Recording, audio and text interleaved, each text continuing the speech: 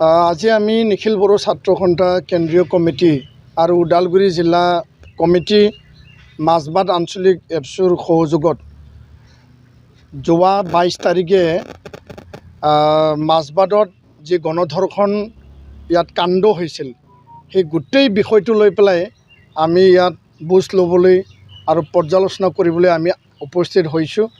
আৰু যি নাৰকীয় গণধৰ্ষণ 5 গৰাকী নৰপিশাচ যিসকল হাফিজুল, মুস্তাক, মহিদুল, সাদ্দাম আৰু আছান, এই 5 গৰাকী নৰপিশাচে আমাৰ কণমানি ভণ্টিগৰাকীক, এই নাবালিকা, এই ছাত্ৰীক বৰ্বৰভাৱে যি ধৰ্ষণ কৰিছিল তাক নিখিল বড়ো ছাত্ৰ সন্থা আমি কঠোৰ ভাষাৰে আমি নিন্দা কৰিছোঁ, আমি গৰিহণা দিছোঁ। আৰু যি ঘটনা সেই ঘটনাৰ ওপৰত উচিত তদন্ত কৰি পেলাই যি 5 গৰাকী নৰপিশাচ তেওঁলোকক মৃত্যুদণ্ড দিব লাগে, ফাঁচি দিব লাগে আমি দাবী জনাইছোঁ। কোনো কাৰণত কোনো আইনী সুৰুঙা লৈ পেলাই তেওঁলোকে যাতে সাৰি যাব নোৱাৰে তাৰ কাৰণে ওদালগুৰি জিলা প্ৰশাসন, আৰক্ষী প্ৰশাসন যি ধৰণে ব্যৱস্থাৰে কাম কৰিব লাগে আমি আহ্বান জনাইছোঁ। আৰু ইয়াৰ কাৰণেও আমি ধন্যবাদ জনাম যে ওদালগুৰি আৰক্ষী প্ৰশাসনে বা মাজবাট যি আৰক্ষী প্ৰশাসন তেওঁলোকে যি ধৰণে একশ্যন লৈছে সেই একশ্যন শলাগ ল'বলগীয়া। কিন্তু যি সময়ত ঘটনা হয় সেই সময়ত সকলোৰে এটা একমুখে ঘটনাৰ ওপৰত ধিক্কাৰ, গৰিহণা বা সকলোৰে এক হৈ পেলাই এই ঘটনাবিলাকক লৈ পেলাই আমি একেজোট হৈ কাম কৰোঁ। কিন্তু পিছত পৰ্যায়ত সেই ঘটনাক যিবিলাক জড়িত তেওঁলোকে বেল লোৱা বা আন আইনী সুৰুঙা লৈ পেলাই তেওঁলোকে বেলত আহি পেলাই পুনৰ ঘটনা কৰা এনেকুৱা আমি বহুতো এনেকুৱা দেখিছোঁ। তো ইয়াৰ কাৰণে নিখিল বড়ো ছাত্ৰ সন্থাই আমি দাবী জনাইছোঁ যে তেওঁলোকে কোনো কাৰণত যাতে সাৰি যাব নোৱাৰে, তেওঁলোকক পক্সো আইনৰ অধীনত কঠোৰৰ পৰা কঠোৰ ফাঁচি আৰু মৃত্যুদণ্ড দিব লাগে আমাৰ দাবী। আৰু বৰ্তমান যি এতিয়া পৰিৱেশ সেই পৰিৱেশটো শান্তি, এটা সমন্বয় আৰু এটা মিলা প্ৰীতিৰে এই বিটিআৰৰ যি শান্তি সেই শান্তি আৰু সমন্বয় আগবঢ়াই নিব লাগে। দোষী সদায় শাস্তি পাবই লাগিব, দোষী ক্ষেত্ৰত কোনো আপোচ কৰা নহয়। আৰু ভৱিষ্যতে যাতে এনেকুৱা ঘটনা বিটিআৰ, মাজবাট, ওদালগুৰি জিলাত যাতে নহয়, এই ঘটনাই শেষ ঘটনা হওক তাৰ কাৰণে ৰাইজ, সমাজ, জাতীয় দল সংগঠন আৰু চৰকাৰ সকলোৱে সজাগ আৰু সচেতনতাৰে কাম কৰিব লাগে বুলি আমি দাবী জনাইছোঁ। আৰু এই মঞ্চৰ পৰা অসমত ধৰ্ষণ বা গণধৰ্ষণ এনেকুৱা ক্ৰাইম যথেষ্ট বাঢ়িছে। আৰু ইয়াৰ কাৰণে নিখিল বড়ো ছাত্ৰ সন্থা আজি আমি মাজবাটত বুজ ল'বলৈ আহিছোঁ এই কথাটো লৈ পেলাই যে কোনো কাৰণত যাতে দোষী ইয়াত সাৰি নাযায়।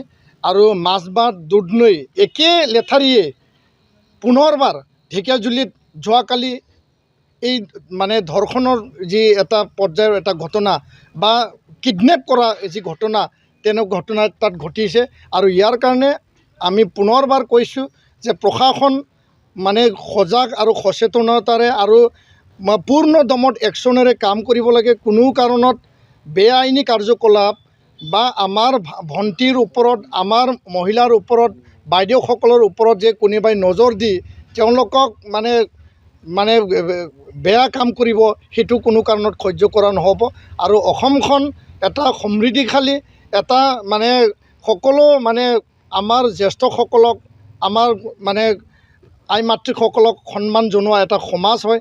এই সমাজত তেনে যিবিলাক ব্যক্তি যিসকলে সদায় এই সুবিধাবিলাক লৈ, সদায় এনেকুৱা এটা এটেম্প লৈ পেলাই সমাজখন থান বান কৰি ধ্বংস কৰাৰ যি এটা পৰিকল্পনা লৈ পেলাই তেওঁলোকে কাম কৰে, তেনে চক্ৰ, তেনে পক্ষবিলাকক নিষেধ কৰাৰ কাৰণে অসম চৰকাৰে কঠোৰ পৰা কঠোৰ ব্যৱস্থা লৈ পেলাই কাম কৰিব লাগে, তাকে আমি কৰিছোঁ।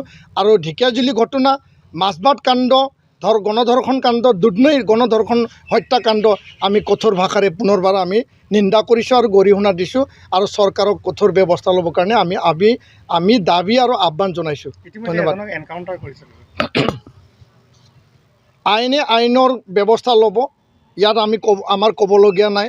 আৰু আইনত যিমান কঠোৰতম ব্যৱস্থা আছে আৰু শাস্তি বিহাৰ যি ব্যৱস্থা আছে পক্সো আইনতে হওক ধৰ্ষণ কাণ্ডৰ আইনতে হওক বা হত্যাকাণ্ড আইনতে হওক সেই ব্যৱস্থাটো ল'ব লাগে। কোনো কাৰণত আমি ইয়াত হিংসা গণধৰ্ষণ হত্যা আমি কেতিয়াও নিবিচাৰোঁ আৰু তেনে পক্ষ তেনে যি চক্ৰ সেইটো নিষেধ কৰাৰ কাৰণে চৰকাৰে কঠোৰ ব্যৱস্থা ল'ব লাগে আৰু পুনৰ যাতে অসমত এনেকুৱা কাণ্ড নহয় এক্সাম্পলাৰী পানিছমেণ্ট দিয়াৰ কাৰণে চৰকাৰখনে যদি কাম কৰে নিশ্চয় কোনেও তেনেকুৱা এটেম্প আৰু কেনেকুৱা ঘটনা কৰিবৰ কাৰণে কোনেও সাহস নকৰিব। সেইটোৱে আমাৰ মানে দাবী যে দুধনৈত এনেকুৱা গণধৰ্ষণ আৰু হত্যাকাণ্ড যোৱা বিহু বৈশাখু সময়ত এইটো সংঘটিত হৈছিল 3 আৰু 5 মে তাৰিখে। এই ঘটনাৰ ওপৰত অসম চৰকাৰ অসমৰ প্ৰশাসনে যি ধৰণে কাম কৰিব লাগিছিল তাত মন্ত্ৰী বা যিসকলে তাত কাম কৰিব লাগিছিল তেনেকুৱা কাম কৰা আমি দেখা নাই আৰু ইয়াৰ কাৰণে 2-3 লানি ধৰ্ণা হৈ গ'ল। মুখ্যমন্ত্ৰী ডাঙৰীয়াৰ আমি হস্তক্ষেপ বিচাৰিছিলোঁ, এতিয়ালৈকে চৰকাৰৰ তৰফৰ পৰা কোনো পদক্ষেপ লোৱা আমি দেখা নাই।